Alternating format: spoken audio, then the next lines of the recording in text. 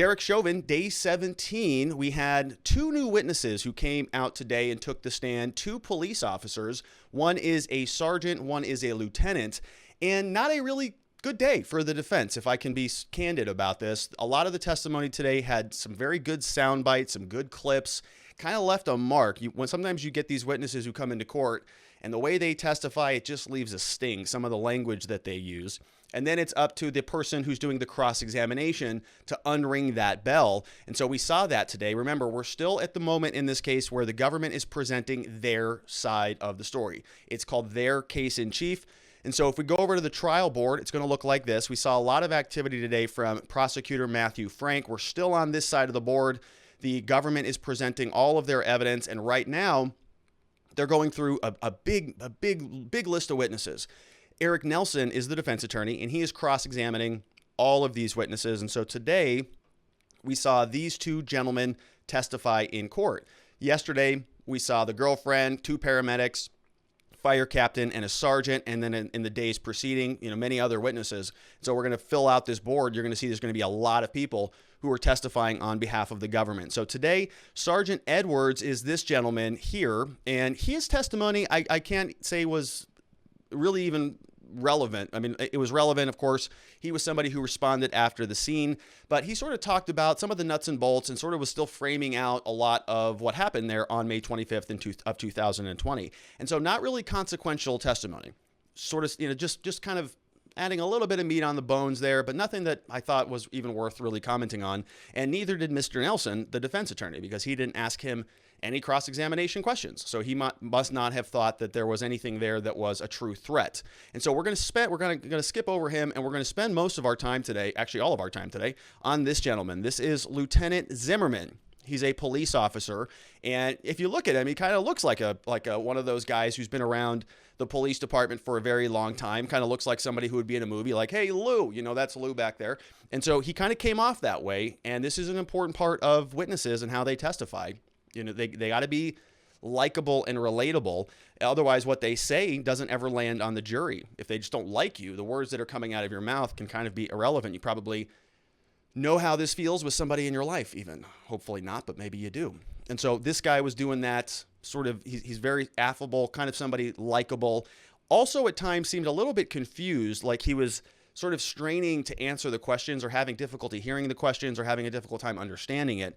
But the way that I structured this analysis of this witness today is we're going to sort of go back and forth. We're going to do a one-to-one connection. And so I had a little bit extra time today, so I wanted to sort of match this up. But the way it's going to work, we're going to hear from the direct examination first, and we're going to go point by point. So it'll go direct exam, cross-exam on the same point. Then we're going to do it again. So typically the way this works is, you go through a whole series of questions. The government comes out, they'll ask him 50 questions about 10 different topics. And so it's all mashed into one long narrative. Then the defense attorney comes out and he's got to go through that point by point. Point 1, point 2, point 3, point 4, point 5. And so sometimes for the jurors or even for us watching it, you can kind of forget about what they're talking about. Nelson is the defense attorney. He's responding to one particular issue, but because it happened so long ago, nobody really remembers what they're even talking about. So what I did is I kind of split them up. So we're going to hear the direct examination first, then we're going to hear the cross-examination, and we're not going to hear the rehabilitation where the government comes back out and fixes it, because we'd be here all day if we just kind of did that format. So it'll be point, rebuttal, point, rebuttal, point, rebuttal. And I just want to show you how this works. And so what's happening right now is the prosecutor is going to try to get him to be unequivocal.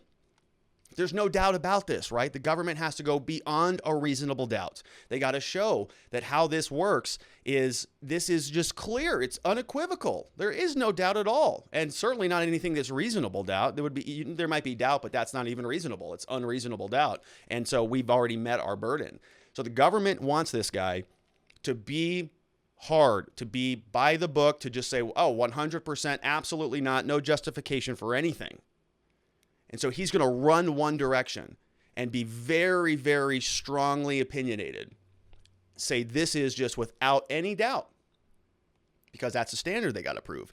And what is Eric Nelson, the defense attorney, going to do during the cross-examination? He's going to drag him back. He's going to pull him back towards this direction. So it's going to go from the realm of absolutely not even humanly possible. There's no doubt about this. This was the wrong thing to do. Can't even fathom an alternative explanation, to Eric Nelson pulling him back. Okay, so it is maybe a little bit possible. It could be interpreted this way. There are alternative explanations here. And you're going to see this tension. And so when you frame this out one-to-one, you can see it in real time. You can see one statement. Now he's making his cross-examination statement maybe half an hour, 2 hours later, because I think they even took a break in here. So he's not even recognizing how off these things might be. And you can be the one who decides, whether, how to interpret this. And this is ultimately what the jury's going to do. They're going to listen to the cross-examination. They're going to see him during the direct exam going one direction, coming back the other direction when Eric Nelson now takes the questioning at the podium. And so the jury's going to have to decide what to do with that, how that feels to them. Does it matter? Does the cross-examination matter at all? Are they going to find that he's more credible over there, where he's unequivocal, or he's more credible where he does have some equivocation?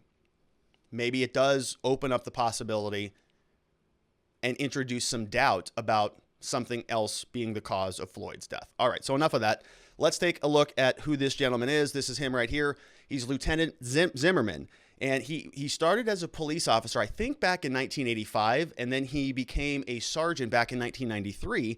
And, just for some context, right? So this guy became a police officer when I was born. He's been practicing as a police officer my entire life. So he's been doing this a long time. And this was a big part of their testimony and probably a big reason this guy was a witness in the first place. As he's going through, they're laying a bunch of foundation. They did it almost for I don't know how long, but it felt like an hour, just about all the experience this guy has, training and the testing that he completed, and sort of the evolution from becoming an officer to being promoted to a sergeant to now being up to a lieutenant. Now, what is his daily responsibility? What do those entail? And he fleshed it all out for us. And he was even kind of jovial about it. They said, well, you've been around forever. 1985, that must be like one of the longest police officers in the Minneapolis Police Department, right? And he goes, yeah, I'm sort of up there. And he says, well, do you know what level of seniority you are? And he says, well, yeah, I do. I'm number one. I'm the most senior guy here. Been doing it a long time. And so that lends credibility. As he's saying that, everybody on the jury goes, oh man, this guy's like the most senior top dog there. He's not. He's a lieutenant. He's not a commander or a chief or a deputy chief or any of those things, but he's been around a long time. I'm not sure if he's the oldest law enforcement or the most senior law enforcement on the entire force, but I would guess certainly the most senior lieutenant. He's been around, and that gives him a lot of credibility. So you're going to see why they brought him up, because he's a good witness for them. Wow, if the guy who's been doing it the longest says all of this stuff, it must have some weight to it. So let's figure out what he says. I just wanted to give you that framework. We've got 3 clips from him. And so once again, we're going to go point, rebuttal, point, rebuttal, point, rebuttal. So this first clip is where he's talking about handcuffs reducing the threat to 0. If somebody's in handcuffs, they're no longer a threat. And he's talking about the use of force scale. We've talked about this on the channel. There's sort of this continuum. You show up at a scene, you've got some physical presence there. If they know you're an officer, that is technically some level of use of force, and it escalates from there all the way up from something that's benign, maybe to physical contact, all the way up to deadly force. So they're talking about that, sort of this kind of pyramid, this hierarchy of force. And he's saying when handcuffs go on, it requires the necessary use of force to go all the way down. And that's what he says. So let's listen to him. And then we're going to listen to how Eric Nelson walks that back with him, how he sort of walks him through walking that back. So here is Mr. Zimmerman, Lieutenant Zimmerman from the Minneapolis Police Department. Once you handcuff somebody, does that affect the amount of force that you should consider using? Absolutely. How so?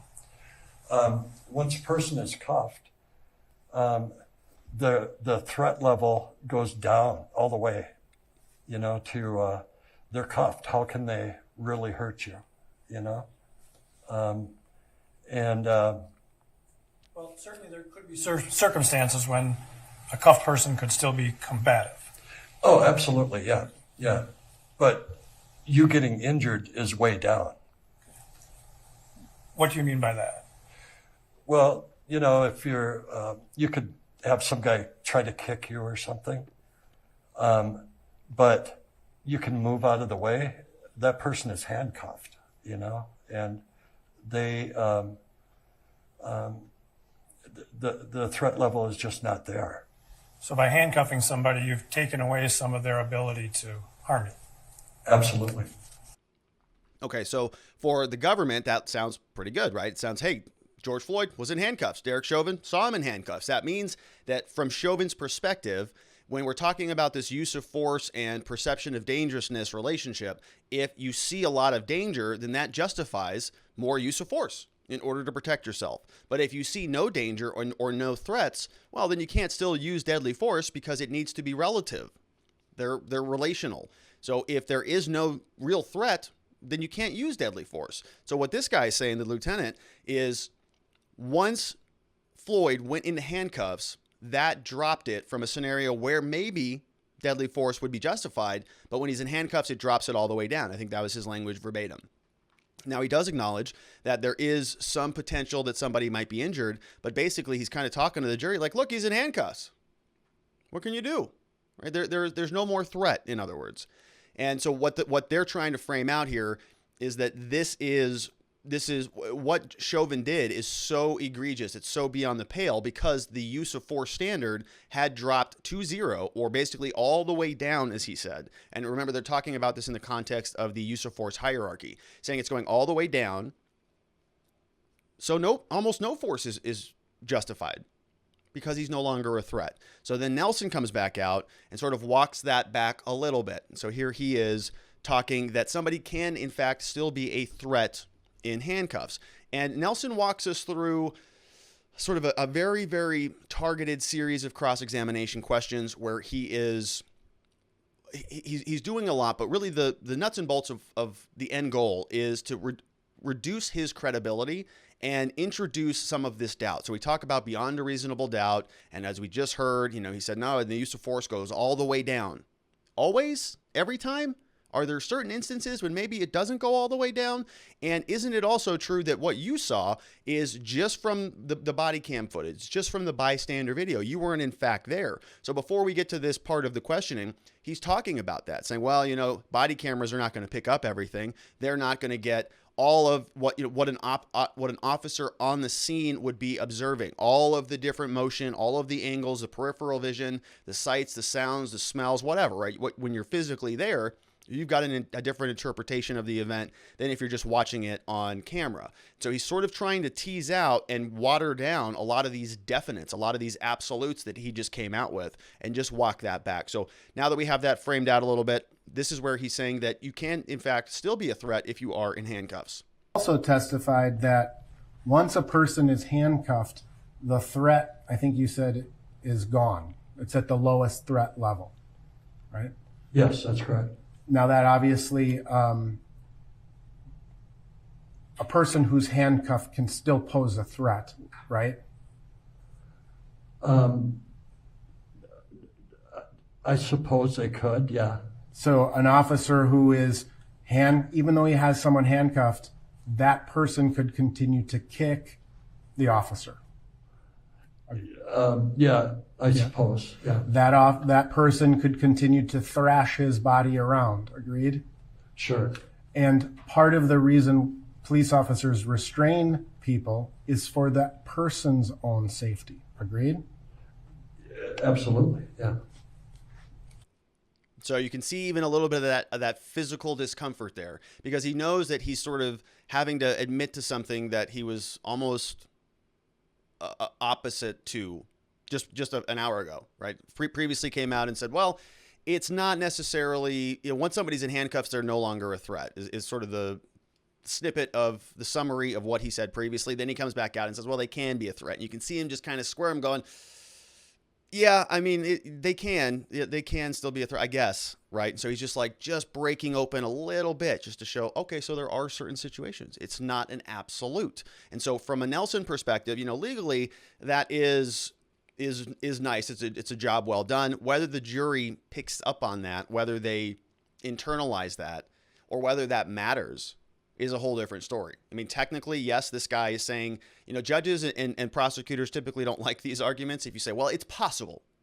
Yeah, but that doesn't mean anything, right? There are a lot of things that are possible, and just because something is legally possible doesn't mean that it's legally probable. And so if you're making arguments based on just mere possibility, sometimes those just don't carry any weight. People want to see corroborating evidence. They don't want to see something that's just, an abstract, very possible possibility. They want something that they can sort of add some weight to and see how that feels in their hands. So, he's sort of squirming as he's saying, yeah, I mean, technically they can still be a threat. So Nelson gets a little bit there, but we just don't know how effective that's going to be as it lands with the jurors. All right, so the next clip from him is he talks about his training. So once again, this guy's a lieutenant. He's been part of the department for 35 years, since 1985, in a number of different capacities, and he's worked his way up to a lieutenant. So it's, an officer, most police departments are officer, detective, then you go up to a sergeant, then a lieutenant, then typically a commander or some sort of deputy commander, then you sort of work your way up to chief, deputy chief, and that hierarchy goes that way. So this guy's a lieutenant,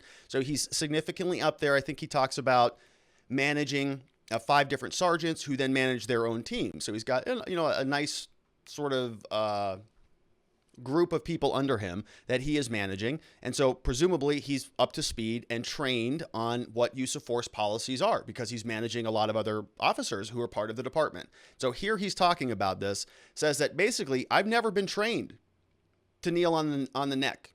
That's not even in the manual anywhere. And I've been doing it for 35 years. I'm the number 1 most senior guy here. What? So that sticks if a juror hears that. This is what he said today in court. Have you ever, in all the years you've been working for the Minneapolis Police Department, been trained to kneel on the neck of someone who is handcuffed behind their back in a prone position? No, I haven't. If that were done, would that be considered force? Absolutely. What level of force might that be? That would be the top tier, the deadly force. Why?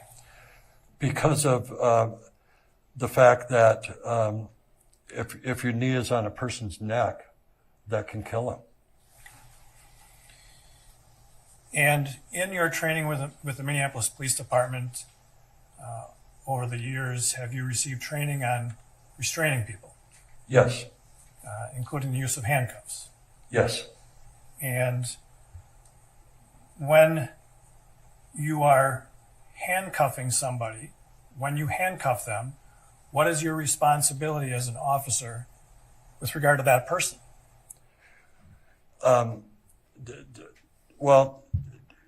Could I give you an example? Okay. Well, let me ask you this again. If you, as an officer, according to the training, you handcuff somebody behind the back, what's your responsibility with regard to that person from that moment on? That person is yours. He's your responsibility. His safety is your responsibility. His well-being is your responsibility. Yeah, so that obviously sticks, right? If the juror hears that, never been trained to use a knee on the neck. And you'll notice that the prosecutor was very careful with his words. He said specifically, have you ever been trained to, and you may not have heard it, but he was very clear about it. He said, when they're in handcuffs, laying on their side in a prone position. So he's being very clear about that, because he probably knows that there are actual knee in the neck conversations happening in the Minneapolis Police Department that were justified. Probably not when somebody's in handcuffs in a prone position on their side, but it is in the manual, right? So if he would have come out with a more open-ended question and said something like, well, is there any discussion of knees on the neck in the department at all? He'd probably say, yeah, there has to be, right? So he's being very clear so he can get the right answer that he wants back out. Now, Eric Nelson's going to come back out on this next clip and dig into that a little bit. Okay, so you just said that you've never received any training for knee on the neck when somebody's on the side in prone position. And you're going to hear how this sort of opens up a little bit. So we're learning that, in fact, maybe there is something about a knee somewhere when somebody's putting handcuffs on, but it's not that it never happened. So here it's an absolute. Never been trained to have a knee on the neck. And if so, that would amount to deadly force. So you kind of get a twofer on that. Now Nelson's going to come and help him walk that back a little bit. What do you think? Let's see how he does. Minneapolis Police Department policy allows a police officer to use whatever means are available to him to protect himself and others, right? Yes. So if there's a paint can sitting on the table and someone is attacking, you can use that paint can as a weapon. Yes. And in fact, you have been trained in the prone handcuffing techniques, correct? Yes. And it's your testimony that Minneapolis Police Department has never, ever trained anyone to put their knee across the shoulder and to the base of the neck? I didn't say that. Okay. So you would agree then that pursuant to Minneapolis Police Department training, when a suspect is arrested and in the process of being handcuffed or being restrained, it would be consistent with the Minneapolis Police Department training you've received to place your knee across the shoulder to the base of the neck. I don't know if I've, part of your question was handcuffing, and we've certainly been trained to put the knee on the shoulder, but I don't know about just restraining a person. I don't recall being trained in that, but. Okay. Again, possible based on the circumstances. Sure. Right? Right? Possible based on the circumstances, right? Yeah, sure. Sure is what he says. So direct examination comes out. Nope, never been trained. It's a deadly use of force. Not reasonable. He's your responsibility. Comes back out. Are there maybe instances where the knee does go on the shoulder somewhere? Yeah. Yeah, there are during an arrest when we're putting somebody in handcuffs. And any other scenarios? Well, it's possible. There might actually be some other areas where it's possible for that. So from an absolute, running away one direction, just pulling him back just a little bit more. We've got another clip here where he says this thing was totally unnecessary. So once again, this is back during the direct exam. This is the government's witness, so they're friendly. They are building their case, and this is the government. I think this was Mr. I can't remember what his name is, but he is doing the direct examination. And this is the big clip that is getting a lot of headlines today, where he says it was totally unnecessary. So what does that mean? He's talking about the use of force analysis, right? This is a guy who's been practicing for 35 years. I say practicing, but he's been serving his community or whatever they call it in law enforcement for 35 years. And presumably he knows use of force when he sees it. He knows how to talk about these issues. So here he comes out. What's his conclusion? What's the takeaway from all this testimony? Totally unnecessary. And we're going to see what Eric Nelson does to cross-examine that one. So here he is today in court saying and totally directing your unnecessary. attention to that moment when Mr. Floyd is placed on the ground. Yes. What is your view of that use of force during that time period? Totally unnecessary. What do you mean? Well, first of all, pulling him down to the ground, face down, and putting your knee on the neck for that amount of time is just uncalled for. I saw no reason why the officers felt they were in danger, if that's what they felt. And that's what they would have to feel to be able to use that kind of force. So in your opinion, should that restraint have stopped once he was handcuffed and prone on the ground? Absolutely. And I should add to that question then also that it appeared he had stopped resisting. I'm sorry? And it appeared that he had stopped putting up any resistance. Absolutely, I would stop. I have nothing further, Your Honor. Right, and so the prosecutor smartly stops questioning. He got what he needed out of that. Done, right? Totally unnecessary. I would have stopped. That's it. That kind of is a home run. You want to leave on that high note. You leave them wanting a little bit more.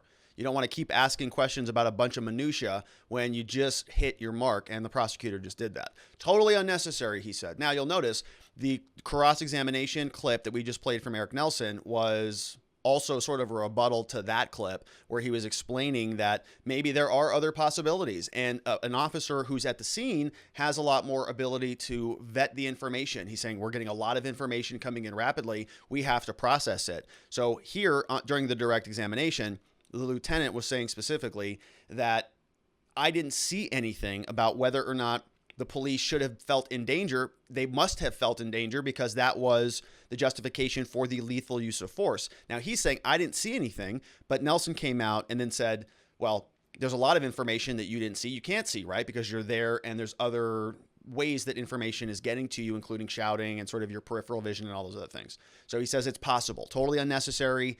Yeah, but it's possible. But then what Eric Nelson does to finish this up, and this closes up his cross-examination, is he's basically trying to undermine the credibility of this guy entirely. He's saying that, yes, we know you're a lieutenant. Yes, we know you've been doing this for 35 years. But what you're being asked to comment on here is outside of the scope of your normal duties. Watch as he does that, saying essentially, this guy should not even be commenting on this stuff. This is outside of what he would ordinarily comment on. They asked him for special opinion on this. Why? Why would they do that? Is it because he would be a very good witness? Is it because this guy doesn't really know what he's talking about and they just needed to drag somebody into this analysis? Why would they suddenly ask him to do something that's not a part of his normal job duties? This is what Eric Nelson argues before he walks off. This is him. And you did that because you wanted to make sure the scene was secure, right? Yes.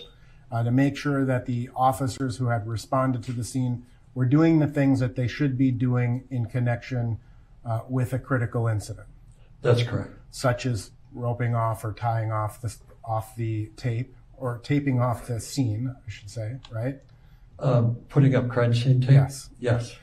Not permitting citizens to come wandering through the scene, right? Yeah. Canvassing the area, I think you said. And ultimately, your role in this particular case was limited to a couple of hours of time, making sure those things were done, and until BCA agents arrive and you handed off the scene, right? All right. Yes, that's correct. All right. And it was not until later that you were asked to review the body-worn cameras of the officers and consider the use of force, right? Yes. And it would not be within your normal role or job duties to do such a use of force analysis, right? That's correct. I have no further questions. Redirect. So he does the same thing. He kind of leaves that there. Says, all right, so normally, look, we know that you're a lieutenant. That's great. Thanks for your service for 35 years. But you're kind of just a bureaucrat, really. What do? Oh, you show up, make sure that they're doing their job, make sure they're doing their job, make sure somebody's canvassing the neighborhood, make sure somebody puts up the crime tape. But the detectives, they're doing the work, and you have the other officers who are uniformed regularly. They're out doing their work. And so you just kind of make sure it's all going according to plan. You don't even ordinarily weigh in on use of force, right? That's correct. So you looked at it after the fact, right? Yep, that's correct. And so ordinarily you wouldn't even look at this use of force stuff. That's right. Nothing further, right? You're off. And that is how you start to undermine his credibility. Now, why then? Why is he being asked? Why is he being called in to testify about the use of force stuff if ordinarily that's not his job duty? Now, it might be totally his job duty. I don't know, right? Maybe it is. He gets called in on the special big cases because he's been doing it for so long. But the point is, the argument from Nelson was going that direction. Oh, they called this guy. He ordinarily wouldn't even weigh in on this. So what are they doing that for now? Is it because he's biased? His credibility is in question?